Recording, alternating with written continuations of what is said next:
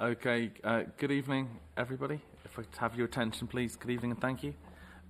So welcome to Rugby Brough Council's Cabinet meeting this evening. I'm Councillor Michael Moran, Leader of the Council and Chair of Cabinet. The meeting is being web streamed and the public, or to the public through the Council's YouTube channel. During the meeting, when asked to speak, please use the push to talk button on the microphone in front of you. Before we begin the formal agenda, I'm obliged to read out the following fire notice.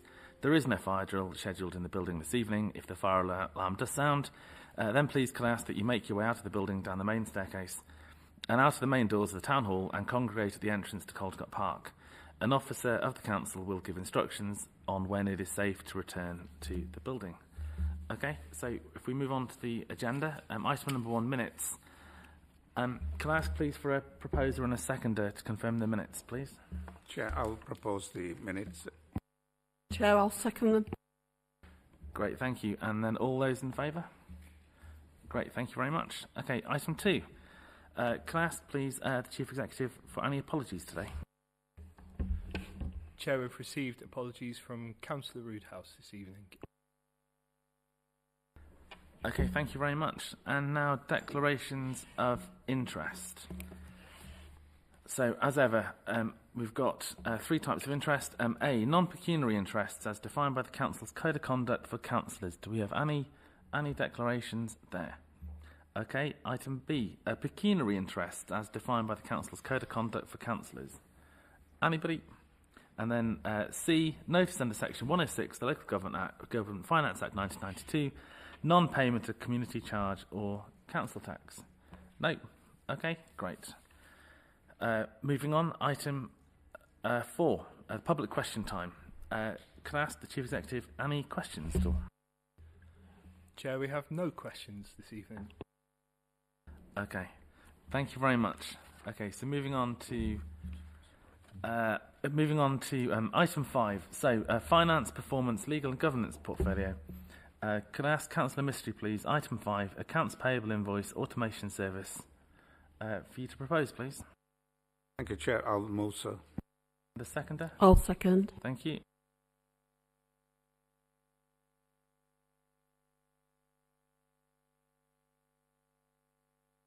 Thank you, Chair. It's a long time coming, this particular item, I think, and currently the accounts payable function at the council is manually operated and processed, and all the invoices that we get, and it's pretty high volume. And by purchasing, this kit, we can automate the invoices, that process through the system, and this will provide time efficiency within the team, reduces processing time as well as improving the service to supplier and internal customer at the council. And by automating this particular invoice processing method, it will reduce the risk of the backlog and delay in getting the payment to suppliers on time compared with the current manual process. And it also reduces the risk. Currently, we only got 1.6 employee doing this, and if you take somebody holidays or sickness, it puts a high risk to this. And by having this automizing the system, it will hopefully reduces the time spent by at least 50 to 60% going forward. And so it's a plus considering the small investment we're making. And there is also a flip side that the customers are not screaming away, which are our supplier. Okay, thank you very much, Councillor Mystery. The Conservative Group, anything to add or any questions there at all? Okay, Councillor Mackenzie, anything at all? Thank you. I just wanted to say that, oh my goodness, it's been a long time coming and I'm glad to see it. It's almost hard to believe that we have a system where you're manually inputting invoice data in 2025, but we're still at this stage. So I'm very relieved to see that sorted out, but I'm also relieved for all of our small businesses who rely on us to pay them on time. We have a moral obligation to be paying people on time as much as, it's about good governance and good responsibility. So I'm relieved that this problem is getting sorted out, and that we will be meeting our payment timescales to our small suppliers, and we won't end up with any backlogs. Thank you. Thank you very much, Councillor Mackenzie. Just, completely echo that. It's staggering to think that that's the system that's been in place.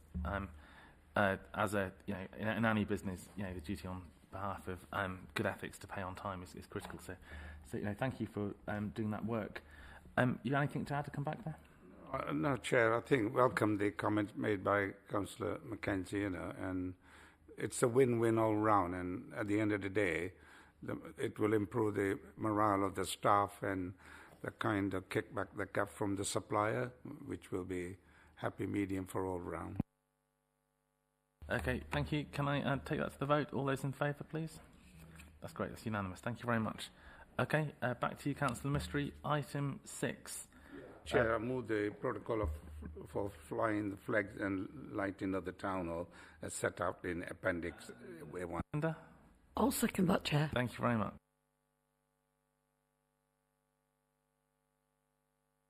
I think, Chair, just a couple of words, I think. In the past, I think we always had a policy, but now it is written down and at least we all know where we stand with it. So I'll move the recommendation. Thank you very much. Councillor Mackenzie, anything to add here for this one? I don't really want to talk about flags. I think there are much more important things to work on, but I think the fact that we've had a kind of common understanding of how we do things, it's probably a good thing to write it down so it's black and white, and then people can change it if they want to at a later stage. So, yeah, I'm happy to have it written down, but really I would rather spend political time on something else. Thank you. Councillor Poole, Councillor Ward, anything to talk about on this item? No comments, Chairman.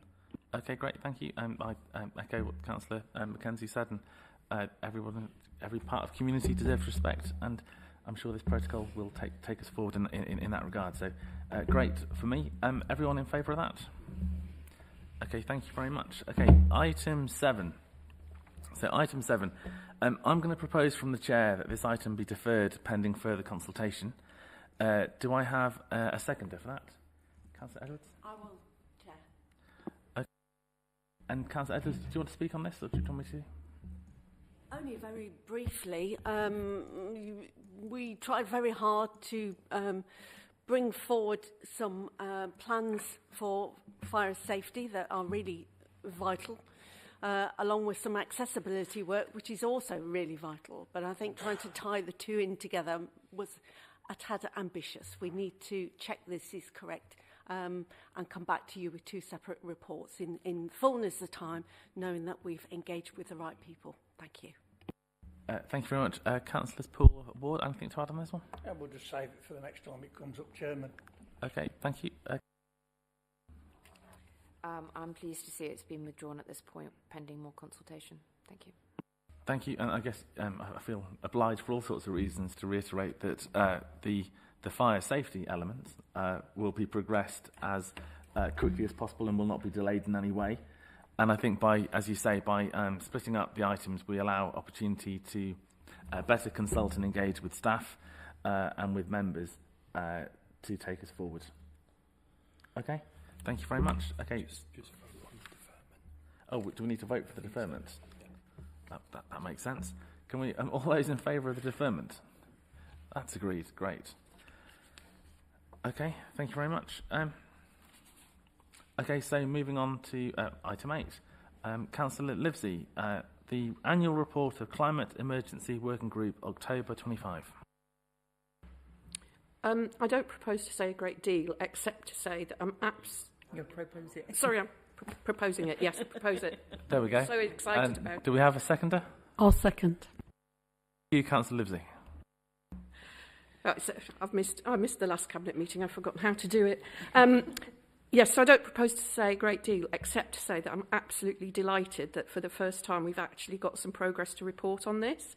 And there's been a lot of hard work done by a lot of officers across the council, but particularly by our new climate change officer, Ellie Lawson. Yeah, I'm just delighted that we've actually got an annual report.